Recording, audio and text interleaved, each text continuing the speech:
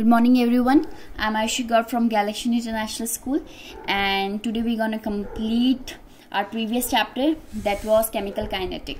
तो उसमें हमने कल पढ़ लिया था एवरेज एंड इंस्टेंटेनियस रेट के बारे में. अब हम लोग उसका फॉर्मूले की तरफ आते हैं कि अगर कभी हमें निकालने के लिए बोला जाता है कि एवरेज रेट निकालो किसी भी रिएक्शन को, तो हम किस तरीके से निकालेंगे.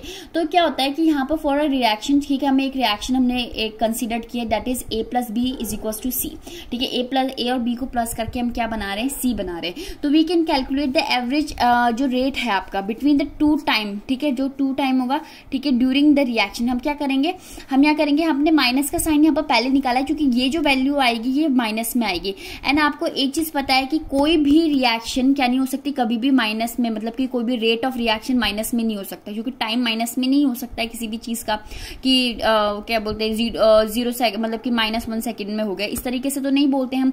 तो ये चीज याद रखना कि यहाँ पर माइनस इसलिए लिखा गया है क्योंकि यहाँ जो ए है वो क्या होगा, ए या फिर बी वो क्या हो रहा है, डिसोशिएट हो रहा है. ठीक है, वो डिसअपियर होगा. ठीक है, वो क्या होगा, खत्म हो जाएगा सी बनाने के लिए. तो इसके वजह से हम लोग ने यहाँ पर माइनस साइन पहले ही लगा दिया. इसका एक और रीजन है माइनस साइन लगाने का, वो इसलिए है कि अगर मैं ग्राफ बनाती हूँ एक और इस तरीके से रिएक्शन हो रहा है, अगर मैं रिएक्शन को बोलूं कि इनिशियल स्टेज में वो C1 थी तो अब क्या हो जाएगी C2. फाइनल स्टेज में वो कम जो A वाला था वो क्या होगा, कम होगा, उसमें हीट इवॉल्व होगी. ठीक है, वेपर बन जाएगा कुछ चीज, तो वो क्या हो जाएगी, C2 बन जाएगी. मतलब कि अगर A में 10 मोल्स थे, ठीक है, 10 मोल्स थे, इसके बाद अगर जब रिएक्शन स्टार्ट होगी तो बहुत सारा पार्ट क्या हो जाएगा, उसका इवेपोरेट हो जाएगा या फिर कुछ भी चीज उसमें से चेंजेस आ जाएंगे और वो क्या हो जाएगा, मान लो कि वो 5 हो जाएगा. और हमने इससे पहले क्या पढ़ा है कि जब हम निकालते तो कहते हैं C2 माइनस C1. तो चूंकि आपका पहले C1 कितना था, 10 था, एंड देन अब जो C2 था वो 5 हो गया, तो 5 माइनस 10 करेंगे तो क्या होगा, यहाँ पर माइनस में आएगा आंसर. तो इसलिए इस चीज को न्यूट्रल करने के लिए, ठीक है, प्लस में लाने के लिए हम लोगों ने ऑलरेडी यहाँ पर क्या कर दिया, माइनस को पुट कर दिया है. तो इज इट क्लियर कि ये माइनस में आखिर में क्यों आया. डोंट गेट कंफ्यूज, कभी भी हम लिखेंगे तो हम लोग हमेशा माइनस से स्टार्ट करेंगे वरना पूरा का पूरा क्वेश्चन क्या हो जाएगा, आपका गलत हो जाएगा. तो फॉर्मूले में आपको हमेशा माइनस से ही स्टार्ट करना है. ओके, तो अब आएगा इंस्टेंटेनियस रेट. इंस्टेंटेनियस रेट में भी हम टेन थीटा लेते हैं. ठीक है, उसके बाद माइनस जो सी है आपका, ठीक है, अपॉन डेल्टा टी. ठीक है, और इसको हम लोग क्या करते हैं, डिफरेंशिएशन करते हैं इसका, माइनस डिफरेंशिएट सी और डी एफ. ठीक है, इस तरीके से हम क्या करते हैं, इंस्टेंटेनियस रेट निकालते हैं. मतलब एक पर्टिकुलर टाइम के, एक पर्टिकुलर पॉइंट ऑफ टाइम, क्या नाम है, पॉइंट पे कितना आपकी क्या रेट ऑफ रिएक्शन चल रहा है उसको पता लगाने के लिए हम लोग ये वाला फॉर्मूला यूज करते हैं, डिफरेंशिएशन करते हैं इसमें. ओके, कंसेंट्रेशन का एंड टाइम का. ठीक है, तो यहाँ पर क्या है, आपका ओवरऑल अगर रेट इक्वेशन निकलेगी तो अगर मैं बोलूं कि यहां पर मैं एक इक्वेशन आपको बोलती हूँ कि A is equal to 2B, मतलब कि 1A is equal to 2B. तो अब आप बोलोगे कि ऐसे कैसे हो सकता है. ठीक है, अगर यहाँ पर A1 है तो यहाँ पर भी 1 होना चाहिए. तो इसको हम निकालेंगे, इसको एक डिराइव करेंगे हम कि ये आखिर में हो कैसे रहे. A, ठीक है, अभी क्या है, हम लोगों ने इसे स्मॉल a मान लिया है. 2B चूंकि देखो अभी तक ये क्या है, इनिशियल है, यहाँ पर टाइम क्या लिया हमने 0, मतलब अभी तक स्टार्ट नहीं हुई है, तो 2B अभी तक बनेगा ही नहीं. तो हमने 2B को क्या यहाँ पर ले लिया है, 0 ले लिया है, और A को हम लोगों ने क्या लिया है यहाँ पर, मतलब कैपिटल A को हमने स्मॉल a ले लिया है. इसके बाद अब क्या हो रहा है यहाँ पर कि जो टाइम है, अब रिएक्शन स्टार्ट हो चुकी है and we are taking time t, मतलब कि पर्टिकुलरली हमने कोई सा भी टाइम ले लिया है. तो हम लोगों ने अब टाइम 0 ना होकर रिएक्शन स्टार्ट हो चुकी है, थोड़ा बहुत टाइम हो चुका है. तो अब वहां पर क्या होगा, ए से कौन सा, चूंकि जैसे मैंने आपको बोला था कि यहाँ पर भी मैंने बोला था कि यहाँ पर क्या हो रहा है, ए क्या आपका डिसअपियर हो रहा है. तो ये कुछ पार्ट उसका उड़ जा रहा है, इवेपोरेट हो जा रहा है, कुछ भी हो रहा है. तो ए से एक्स पार्ट क्या हो जाएगा, इवेपोरेट हो गया मान लो आप. ठीक है, और इसके बाद कितना आया, ठीक है, क्योंकि टाइम क्या लिया हमने 2 लिया है, तो अब यहाँ पर कुछ रिएक्शन हो जाएगी. पहले यहाँ 0 था बट अब 2B के बाद मतलब थोड़ा सा बनना स्टार्ट हो गया, तो यहाँ क्या 2x आ गया. अब आप फिर से ये क्वेश्चन आएगा कि 2x कैसे आया. तो अब हम यहाँ पर देखते हैं कि जो रेट ऑफ डिसअपियरेंस है ए के रिलेशन में, ठीक है, वो क्या होगा. ठीक है, अब आपको पता है हम एवरेज A निकालेंगे तो कितना था, CF, मतलब कि कॉन्सेंट्रेशन जो फाइनल कॉन्सेंट्रेशन है माइनस कौन सी इनिशियल कॉन्सेंट्रेशन और T. तो अब आपको पता ही है फाइनल, क्योंकि क्या नाम है, अभी तो यहाँ पर डिफरेंशिएट हो जाएगा. ठीक है, फाइनल कॉन्सेंट्रेशन कम होगी, 5 होगी, इनिशियल वाली 10 होगी, तो पहले हमने माइनस लगा दिया. और यहाँ पर आपको पता है कि इनिशियल फाइनल कॉन्सेंट्रेशन क्या है, ये रही आपकी फाइनल कॉन्सेंट्रेशन. ठीक है, माइनस ही वही लिखा है. और इनिशियल कॉन्सेंट्रेशन क्या थी, A की कितनी थी इनिशियल में, आपके यहाँ पर देखा A थी. तो हम लोगों ने जब हम इससे माइनस करेंगे और यहाँ पर डेल्टा टी आ जाएगा, तो ए से ए कट गया, ठीक है, तो यहाँ x अपॉन टी आ गया। अब सेम चीज हम क्या करेंगे विद रेफरेंस, ठीक है, हम रेफरेंस में लेंगे b, तो आरबी का क्या ही होगा, फिर दोबारा से सेम होगा C2 minus C1 upon T, ठीक है। आरबी में देखो फाइनल में क्या है 2x लिया है हमने, और इनिशियल में क्या कितना था, इनिशियल में अगर मैं देखा जाए तो यहाँ पर 2 भी कितना था 0 था, तो मैंने यहाँ पर 0 पुट कर दिया अपॉन टी, ठीक है। तो अगर मैं आप करूंगी तो 0 से माइनस करेंगे तो क्या आएगा 2xt आ गया, तो ये निकल गया हमारा दोनों, ठीक है। ओवरऑल जो हमारी रेट ऑफ रिएक्शन थी वो अब हमारी यहाँ पर पता लगी। कैसे पता लगेगी, रेट ऑफ अपीयरेंस, ठीक है, ठीक है, appearance of B is equal to rate of dispersion of ए।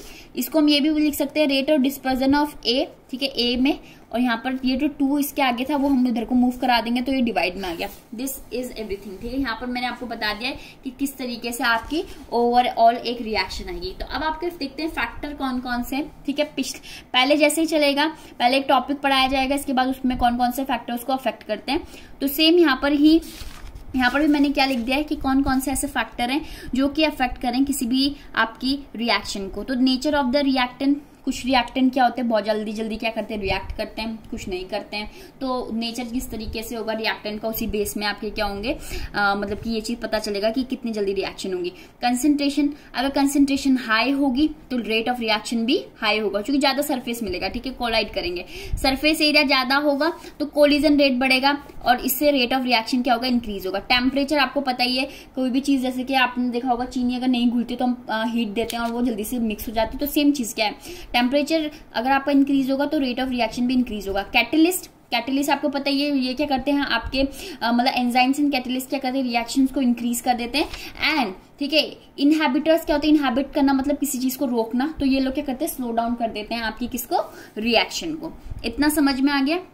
अब आपका न्यू जो टॉपिक है वो है explain rate law and order of reaction. हमेशा याद रखना जो रेट लॉ होता है वो प्रैक्टिकली निकाला जाता है, ठीक है। आप कोई भी एक्सपेरिमेंट करते हैं तब जाके रेट लॉ निकाला जाता है, पर अगर मैं यहाँ पर देखूं तो क्या होता है, तो जो रेट लॉ होता है वो एक्सप्लेन करता है आपका किसका, रिलेशनशिप किसका, the rate of reaction to the rate of constant and the concentration of the reactant, ठीक है। ये रिलेशनशिप बताएगा कि जो रेट ऑफ रिएक्शन है, क्या रेट कांस्टेंट है वहां पर, क्या उसकी कंसंट्रेशन है किसी भी रिएक्टेंट की, ठीक है, ये और कितने पॉइंट तक वो रेज हुई, ये चीजें बताता है। तो इसकी एक जनरल इक्वेशन हम इस तरीके से बनाते हैं, small a capital a plus small b capital b plus small c capital c plus small d capital d, जिसमें कि के, ठीक है। अब आपका के कहां से आया, ये रेट, ठीक है, ये जो हम रेट निकालेंगे अभी इसको पूरी को क्या निकालते हैं, हम एक फॉर्मूला देते हैं रेट लॉ को, तो क्या होता है के, जो आपका यहाँ पर के बता रखा है रेट कांस्टेंट है ये ए, ठीक है, ए ये वाला ए और बी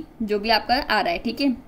एक्स एंड वाई के यहाँ पर ये complete order of complete reaction है, ठीक है, ऑर्डर ऑफ कंप्लीट रिएक्शन है, ठीक है। और जो ये sum point of concentration term involve in reaction expression, और जो भी इसमें पावर लग रही है आपकी, पावर ऑफ कंसंट्रेशन अप्लाइड हो रही है, उसको हम क्या बोलते हैं, ऑर्डर ऑफ रिएक्शन, या उसको हम ओवरऑल को ऑर्डर ऑफ रिएक्शन बोलते हैं। ओके, देन इसके बाद आता है कैरेक्टरिस्टिक्स, क्या क्या होते हैं, ठीक है। कैरेक्टरिस्टिक्स ऑफ रेट कांस्टेंट की अगर मैं बात करूं तो क्या होता है, rate constant is a measure of rate of the reaction, कि कितना यहाँ पर क्या है रेट ऑफ रिएक्शन कितना, रेट कांस्टेंट क्या बताता है कि कितना रेट ऑफ रिएक्शन हुआ है। क्रिएट द वॉल्यूम ऑफ के फास्टर द, ठीक है, जितना ज्यादा ग्रेटर द वैल्यू ऑफ के, जितना ज्यादा ग्रेट होगी आपकी वैल्यू, जितनी ज्यादा बड़ी आपकी के की वैल्यू होगी उतनी ज्यादा रिएक्शन क्या होगी, फास्ट होगी। अगर स्मॉल होगी तो उतनी ज्यादा स्लो होगी।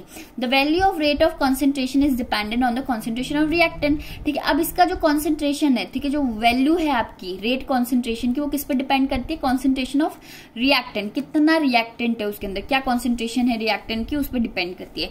अब हम बात करते हैं, ठीक है, मॉलिक्यूलैरिटी की। मॉलिक्यूलैरिटी का मतलब क्या होता है कि कितने आपके मॉलिक्यूल्स एक दूसरे से क्या नाम है क्या कर रहे हैं, कोलाइड कर रहे हैं, किसमें एलिमेंट्री स्टेप में, मतलब किसी भी किसी भी रिएक्शन में कितने आपके जो मॉलिक्यूल्स हैं वो क्या कर रहे हैं, रिएक्ट कर रहे हैं, कोलाइड कर रहे हैं। तो अगर आप यहाँ पर देखा जाए तो Na2 गैसियस में, Na2 गैसियस में 1 थे, तो इसका मोलैरिटी कितना आएगा, ठीक है, मॉलिक्यूलैरिटी कितना आएगा, 2 आएगा। स्टेप सेकंड में देखेंगे यहाँ पर भी 1 थे, तो इसका भी कितना आएगा, 2 आएगा।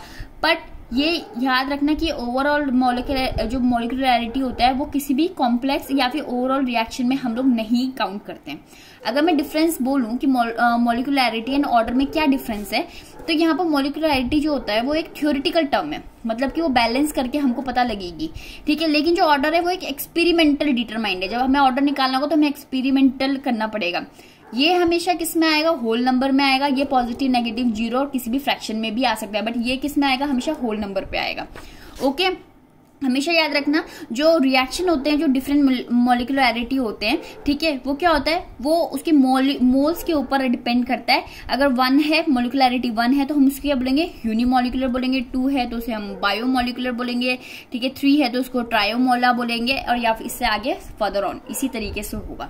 तो आई गेस इससे आपको समझ में आ गया होगा, ठीक है। ये आपका स्टार्टिंग ही है अभी, ठीक है। And watch the video and complete your notes. Thank you class.